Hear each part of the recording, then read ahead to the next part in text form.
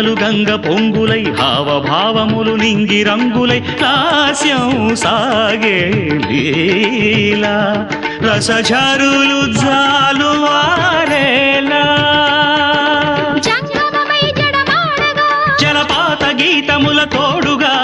పర్వతాలు ప్రసవించిన పచ్చని ప్రకృతి ఆకృతి పార్వతి కాగా